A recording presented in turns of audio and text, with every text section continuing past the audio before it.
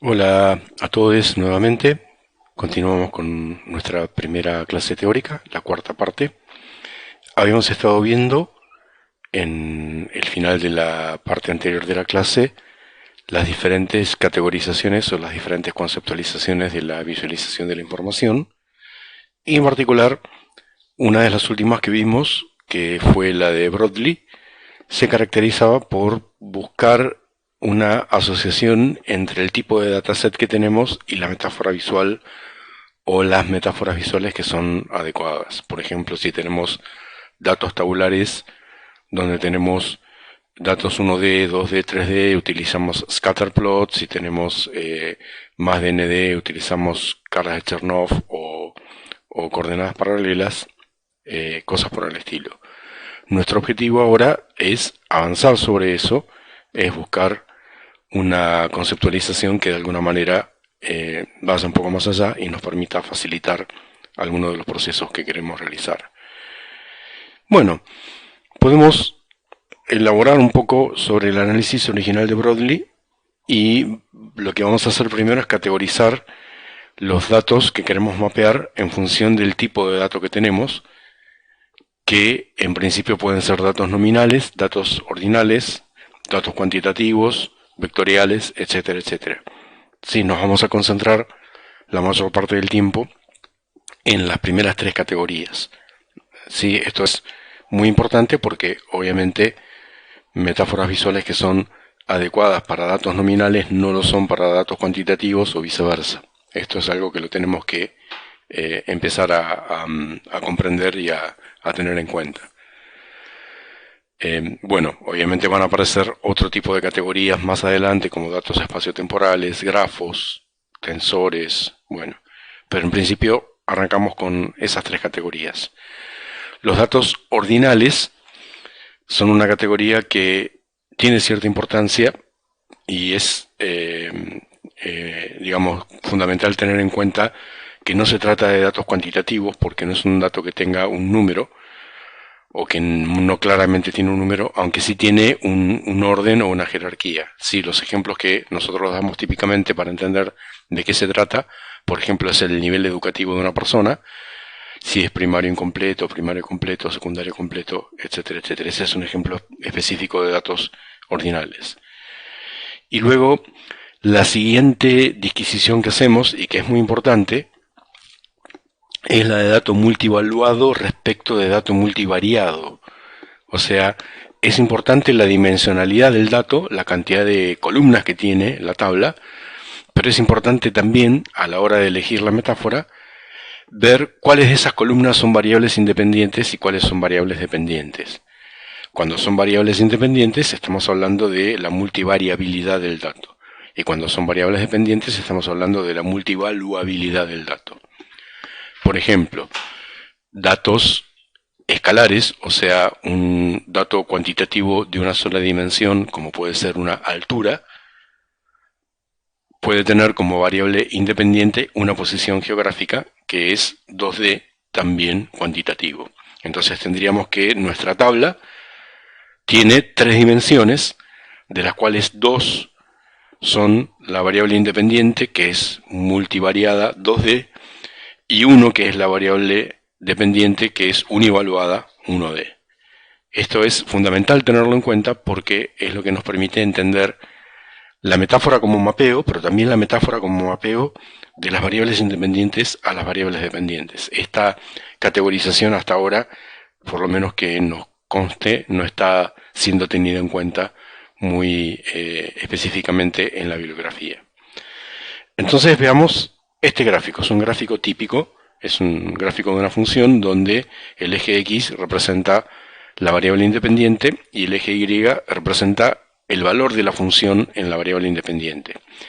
Y es f de x. Entonces, para nosotros va a ser un mapeo de 1 de q a 1 de q. O sea, tenemos una variable independiente cuantitativa y una variable dependiente cuantitativa. Su dimensionalidad es 1 y su valuabilidad también es 1. Bueno, hemos visto este tipo de ejemplos, pero lo volvemos a ver, o sea, hacemos una especie de reconstrucción de nuestra experiencia en términos de este nuevo marco conceptual. Entonces tenemos aquí la temperatura media anual con una escala que de alguna manera cuantiza los valores y por lo tanto transforma una variable independiente, perdón, una variable dependiente cuantitativa, la transforma en una variable ordinal. Y cada uno de los valores ordinales está representado con un color en una paleta al estilo mapa de calor, que tratándose de temperaturas obviamente es adecuada en este contexto. Entonces tenemos variable independiente, 2D, es bivariado, y escala de variable dependiente, 1B, es univaluado. Entonces nuestro mapeo es 2DQ en 1BQ o en 1BO, si lo quisiéramos ver como algo ordinal. Fíjense que lo podemos pensar como una tabla, o sea, nosotros pensamos que tenemos latitud, longitud, temperatura, y en realidad lo que tenemos es a cada XY, que sería la posición del píxel, le asignamos un RGB. ¿Sí? Esto es fundamental tenerlo en cuenta. Bueno, otro ejemplo, o sea, insisto, hacemos una revisita de cosas que sabemos hacer, que ya están en nuestra cultura, están naturalizadas.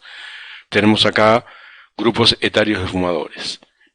Entonces tenemos de 18 a 24, de 25 a 34, etcétera, etcétera, varones y mujeres.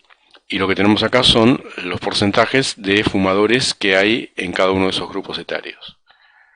Bueno, la variable independiente es la edad de cada uno de los grupos y si bien, insisto, la edad puede pensarse como una variable cuantitativa, al estar agrupada en grupos que no son uniformes, este grupo tiene 6 años, este grupo tiene 10, este tiene 10, este tiene 20 y algo, lo tenemos que pensar como una variable independiente de tipo ordinal.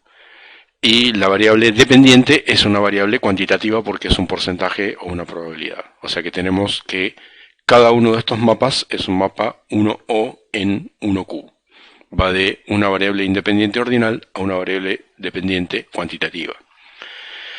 Y utilizamos el espacio para ambas variables, o sea, estamos utilizando el espacio para representar el orden dentro del cual está la variable independiente y utilizamos el espacio como el ancho de cada una de las barras del histograma para la variable dependiente. Y adicionalmente, en realidad tenemos dos gráficos que están coordinados entre sí a través del color. El color es inmaterial. Si yo no hubiese representado el primero de los gráficos con color, la lectura del gráfico sería igual de eficiente. La idea del color es facilitar, en este caso, la articulación entre el gráfico de arriba y el gráfico de abajo y ver si hay algún tipo de similitud o algo por el estilo. Este ejemplo es realmente muy interesante. O sea, nos muestra un scatterplot como los más comunes que hemos visto, pero nos va a mostrar un aspecto de los scatterplot y de los gráficos en general que tenemos que es bastante poco tenido en cuenta. Acá lo que hemos hecho es representar el precio de venta de un auto usado según su antigüedad. Entonces vemos una cosa que es relativamente lógica, que es que los autos más nuevos tienen un precio de venta más alto y a medida que va aumentando la edad del auto, el precio de venta va bajando. Y esto tiene una escala, bueno, ponele que lineal, pero que se va volviendo cada vez más dispersa. ¿Cómo sería este gráfico en términos de lo que hemos visto? ¿Sería uno B cuantitativo en uno D cuantitativo? O sea, sería una variable independiente que sería la edad del auto y eso nos determina una variable dependiente que sería el precio del auto. ¿Sería realmente así? ¿Es realmente la edad del auto, la antigüedad del auto, es realmente una variable independiente? ¿Es algo que yo estoy manejando o cómo es? Si nosotros esto lo pensáramos como una tabla, veríamos que la tabla tendría esta contextura, ¿sí? Cada punto de este gráfico es una fila de esta tabla. Entonces tenemos el artículo que está siendo ofrecido un R12 de 24 años de antigüedad y piden 55.000 pesos. Andás a ver de qué época es esta tabla para darle una orientación, pero bueno. Luego tenemos un auto que es un poquitito más nuevo y tiene un precio mayor, un auto que es más nuevo todavía y tiene un precio aún mayor, etcétera, etcétera. Fíjense que el scatterplot no está representando las tres columnas de la tabla. ¿Sí? El scatterplot está representando solamente estas dos. Y eso nos hace ver que realmente nuestra hipótesis original, que era que la antigüedad del auto era la variable independiente, claramente no es esa, no puede ser. O sea, nosotros no podríamos entrar a esta tabla con la antigüedad del auto y sacar el precio de los autos que tienen esa antigüedad. Sí lo podríamos hacer con queries, con SQL o con algún mecanismo, pero no es como está organizada la tabla. O sea, lo interesante es que cada punto en este scatterplot está representando una fila y esas filas no tienen un orden entre sí, no hay alguna que sea mayor que otra o que esté antes que la otra o algo por el estilo. O sea, están obviamente de arriba para abajo, pero el hecho de que yo coloque R12 primero, Fiat 1 después y Volkswagen Gol después es totalmente inmaterial. Si yo permuto las filas de la tabla, el scatterplot es exactamente el mismo.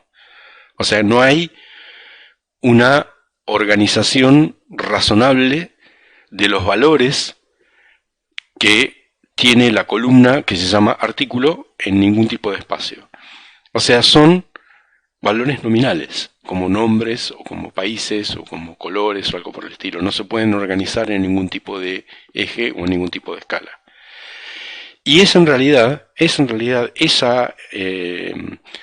valor es la variable independiente. O sea, yo entro con este R12 y me dice, este R12 como variable dependiente tiene esta antigüedad y tiene este precio. Y entro con este Fiat 1 y tengo esta antigüedad y este precio. Que es exactamente lo mismo que haríamos nosotros si tuviésemos una herramienta de visualización accionable, como vamos a aprender con Emanuel a hacer en D3 o en alguno de esos, alguna de esas plataformas. Yo deslizo mi cursor por encima de uno de estos puntos y me aparece un tooltip, se me despliega una ventanita pequeñita al costado y en esa ventanita pequeñita que se despliega al costado del dato me aparece, este es un R12 que tiene 24 años y que sale tanta plata y el oferente, etcétera, etcétera. ¿Sí? O sea, básicamente lo que estamos diciendo es, hay una variable independiente en este scatterplot que nosotros no estamos viendo, es implícita, es como cuando hacemos un gráfico de una función con coordenadas paramétricas, el valor de la coordenada paramétrica no se ve, no está, pero es el que organiza la representación del gráfico. En este caso, la variable independiente paramétrica es de qué auto estamos hablando. Es una variable nominal de la cual no sabemos nada más que lo que nos está mostrando en esa tabla. O sea que en definitiva, nuestro mapeo es 1 nominal a 2 cuantitativo. Mi variable independiente es una variable unidimensional nominal y mi variable dependiente es una variable bivaluada cuantitativa. Entro con un nominal y salgo con dos valores, la antigüedad y el precio. Bueno, es interesante que podemos discriminar series utilizando color. O sea, vamos a ver luego más adelante otros ejemplos de scatterplots donde podemos hacer 3 cuantitativo o 4 cuantitativo en la variable dependiente. ¿Sí? Cosas más interesantes. Vamos a ver ahora un ejemplo que, bueno, nos acerca un poco a una disciplina muy emparentada con la visualización de datos, que es la visualización científica. Vamos a ver cosas de visualización científica. El objetivo de la visualización científica es diferente al de la visualización de datos. Normalmente lo que se buscan son cosas de un nivel conceptual diferente.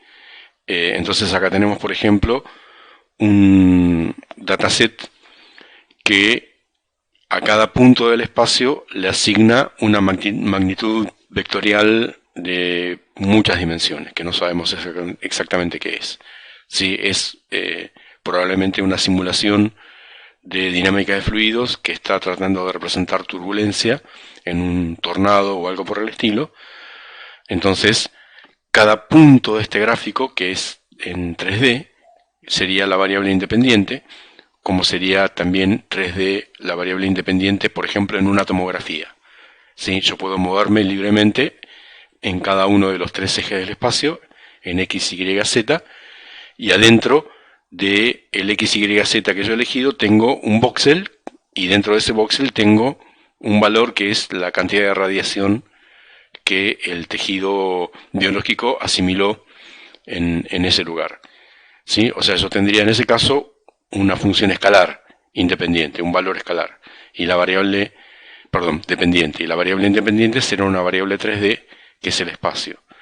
En el ejemplo que estamos viendo, la variable independiente sigue siendo 3D, sigue siendo una posición del espacio, pero la variable dependiente es vectorial, muy multidimensional. O sea, estamos representando velocidad, turbulencia, líneas de flujo.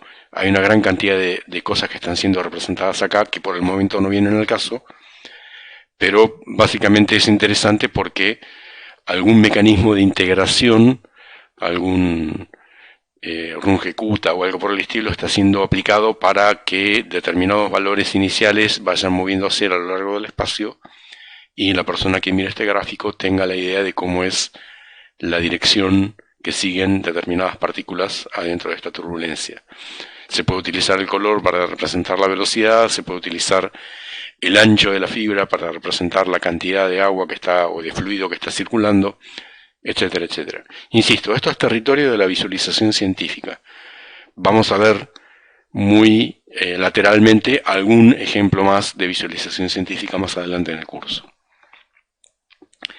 Bueno, retomamos este ejemplo o parte de este ejemplo que nosotros vimos en la clase anterior, donde tenemos un mapeo 2 B cualitativo en uno de cualitativo, cuantitativo en ambos casos, o sea, mi variable independiente es bidimensional y mi variable dependiente también es unidimensional, ambas cuantitativas. Entonces, aquí estamos utilizando diferentes metáforas. En la columna de la izquierda estamos utilizando el espacio para las tres variables, para las dos variables independientes, el X y el X se mueve de izquierda a derecha y el Y de adelante para atrás, y la variable dependiente para arriba. Mientras que en las dos columnas de la izquierda y del centro y de la derecha estamos utilizando color para representar la variable dependiente y seguimos usando espacio para representar la variable independiente bivariada. ¿Sí? Esto nos muestra que ver un mapeo como variables independientes que van hacia la variable dependiente, a las variables dependientes, y que podemos tener metáforas diferentes para una o para otra, nos permite por ahí aclarar algunas cosas que tenemos por ahí sin conceptualizar demasiado claramente. Bueno, ahora viene el tema más interesante, que es ¿y qué metáfora visual utilizamos entonces? O sea, hasta ahora hemos visto espacio y color, pero seguramente deben haber otras. Esta lección es todo un arte, es lo que dijimos, es parte de la madurez que tenemos que adquirir con la experiencia que hagamos a lo largo de este curso y de nuestra tarea profesional o académica, y incluye varios aspectos. O sea, incluye por un lado qué es lo que necesita hacer el usuario con la representación visual de los datos, tal cual nos decía Schneiderman. Lo que quiere hacer es asociar, lo que quiere hacer es comparar, lo que quiere hacer es etcétera, etcétera. También es muy interesante el mensaje que se desee transmitir o que desee ocultar. Nosotros conocemos muchas veces cómo se puede, engañar fácilmente con gráficos. Si yo omito la línea de base y una mejora muy marginal puede parecer muy importante, o en vez de hacer un histograma con barras, utilizo una figura humana, entonces el incremento parece mucho mayor que el que es realmente, porque la figura humana, al ser bidimensional, tiene un área que crece con el cuadrado de su altura en vez de crecer linealmente, y por lo tanto los valores percibidos subliminalmente son mucho más altos que los valores que están realmente representados. Se pueden hacer una gran cantidad de cosas en función del mensaje que queremos transmitir o ocultar. En ese sentido, es muy recomendable la lectura de los libros de Edward Tufte, que yo tanto recomiendo, que tanto recomendamos en la materia, porque precisamente en su curación él muestra aciertos o errores, a veces flagrantes, en este tipo de visualizaciones. También una cosa muy interesante es la exactitud y la precisión requeridas.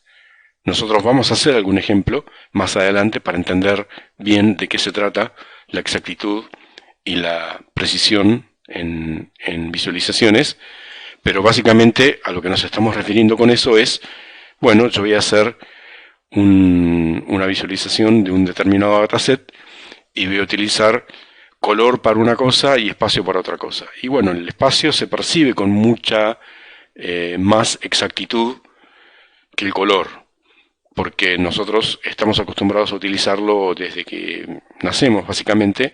Entonces, si yo represento datos en un histograma con alturas, poder comparar o poder establecer cuantitativamente proporciones es algo que naturalmente sabemos hacer muy bien y que nuestro sistema cognitivo ha venido haciendo durante mucho tiempo.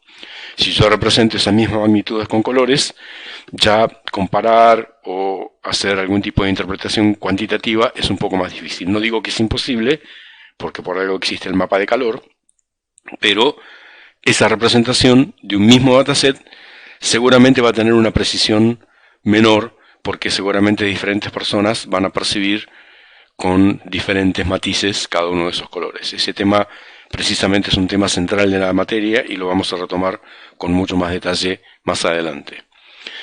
Bueno, hay una cosa que es muy interesante, que es la eficacia del atributo perceptual a utilizar. ¿A qué nos referimos con esto? Y nos referimos a que, por ejemplo, yo dije recién que el espacio es mucho más preciso y mucho más exacto que el color, por ejemplo. Bueno, listo, usamos espacio para todo.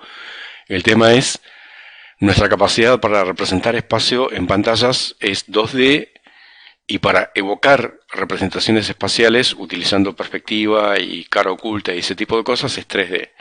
Entonces, si tenemos un dataset que entre variables independientes y variables dependientes tiene más de 3 dimensiones, y no nos van a alcanzar las dimensiones del espacio.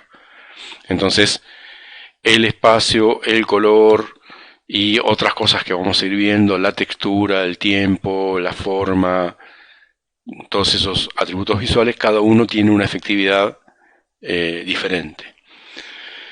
Bueno, ¿cuáles son los atributos perceptuales disponibles? Hay veces que no tenemos espacio para representar, hay veces que no tenemos color para representar, hay veces que no tenemos textura para representar, la interactividad, etcétera, etcétera. ¿Sí? La lista es tan larga como aspectos tiene la visualización de la información. Bueno, hacemos una pequeña recorrida por los atributos perceptuales. Entonces ya dijimos que el espacio es el preferido en toda situación donde se pueda utilizar el espacio. Vamos a tratar de utilizarlo, pero bueno, llegamos a una representación como esta, 2 cuantitativo en un cuantitativo, como eran las representaciones orográficas en la columna de la izquierda de este gráfico. Estamos utilizando 2,5 dimensiones, o sea, el gráfico es 2D, evoca 3D en la mente de la persona que observa, pero no es exactamente 3D.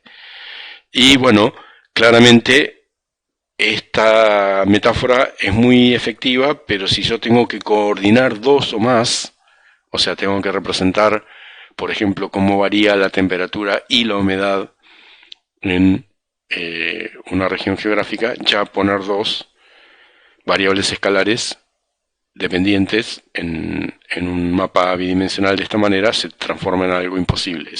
Es algo que confunde más de lo que ayuda.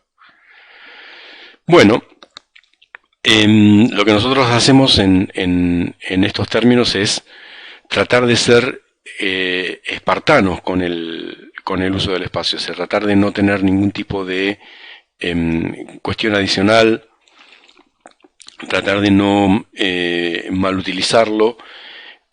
Obviamente hay veces que tenemos que poner una cosa al lado de la otra, pero tratar de no utilizar el espacio para representar variables nominales, porque el espacio naturalmente es cuantitativo y naturalmente genera una secuencia continua y los valores nominales no son de esa manera. O sea, hay toda una serie de cuestiones que vamos a ir viendo respecto del espacio que tenemos que tener en cuenta a la hora de utilizarlo.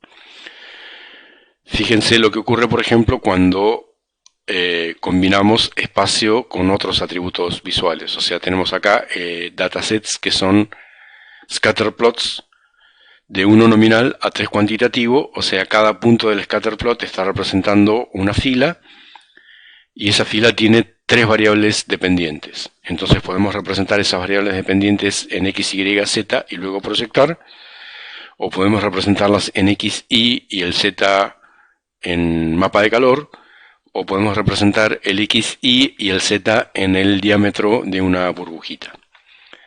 ¿Sí? Y cada uno de estos tendrá a su vez su propia accionabilidad. O sea, por ejemplo, en este 3D seguramente yo voy a querer tener una manito o algo que me permita girarlo o rotarlo o hacerle algún tipo de zoom para poder ver la nube de puntos de una manera más adecuada para formular mis hipótesis cognitivas.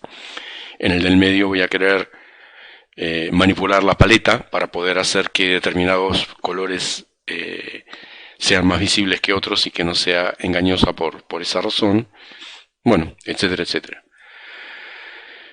Es interesante que el color puede ser bivariado, o sea, vamos a centrarnos en el estudio del color como magnitud perceptual en la próxima clase y le vamos a dar bastante atención, sobre todo porque nos lleva a conocer e interpretar bien cómo funciona el sistema perceptual visual humano.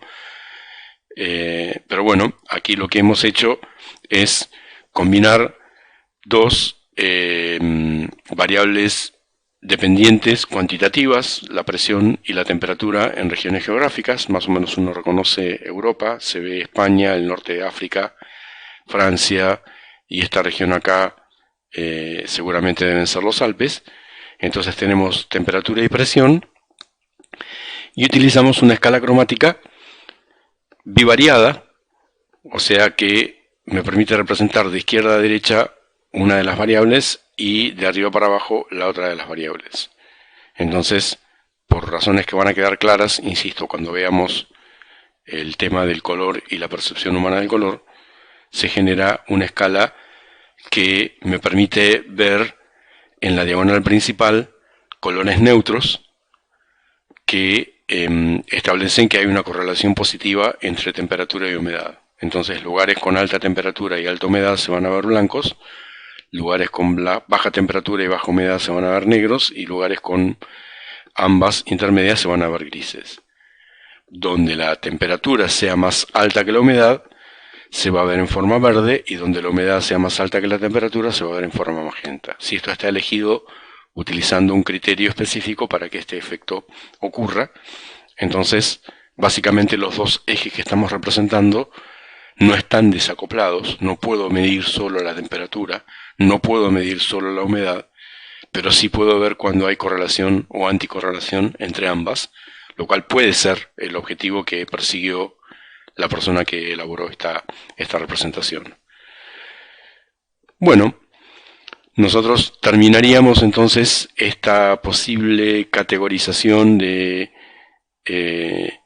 las metáforas visuales en términos de la cantidad de variables independientes y en términos de la cantidad de variables dependientes que tiene nuestra representación, y veríamos cómo hay algunas metáforas visuales que conocemos en algunos casos que hemos visto. O sea, por ejemplo, el gráfico cartesiano que nosotros conocemos es el más adecuado para 1dq en 1bq, o sea, variable independiente cuantitativa, dependiente cuantitativa. Por ejemplo, si tenemos una variable independiente nominal y una variable dependiente cuantitativa, utilizamos histograma. Si la variable independiente es cuantitativa y la variable dependiente es nominal, uno de los ejemplos más destacados es el scroll bar, que nosotros seguramente hemos visto en las ventanas de nuestra computadora. por ejemplo en el editor de texto o en el navegador. Si lo pensamos básicamente, lo que hace el scroll bar es para cada posición del documento mostrarnos si esa parte del documento está o no está en la ventana que estamos viendo en este momento. O sea que básicamente la variable independiente es qué parte del documento me estoy refiriendo y la variable dependiente es estoy viendo ese documento en la ventana o no estoy viendo el documento en la ventana. Bueno, y así tenemos algunos otros ejemplos que eh, iremos viendo más adelante cómo se organizan. Bueno, seguimos en la próxima clase, en la próxima parte de la clase, ya listos para terminar con nuestra primera clase y ir yendo hacia la segunda.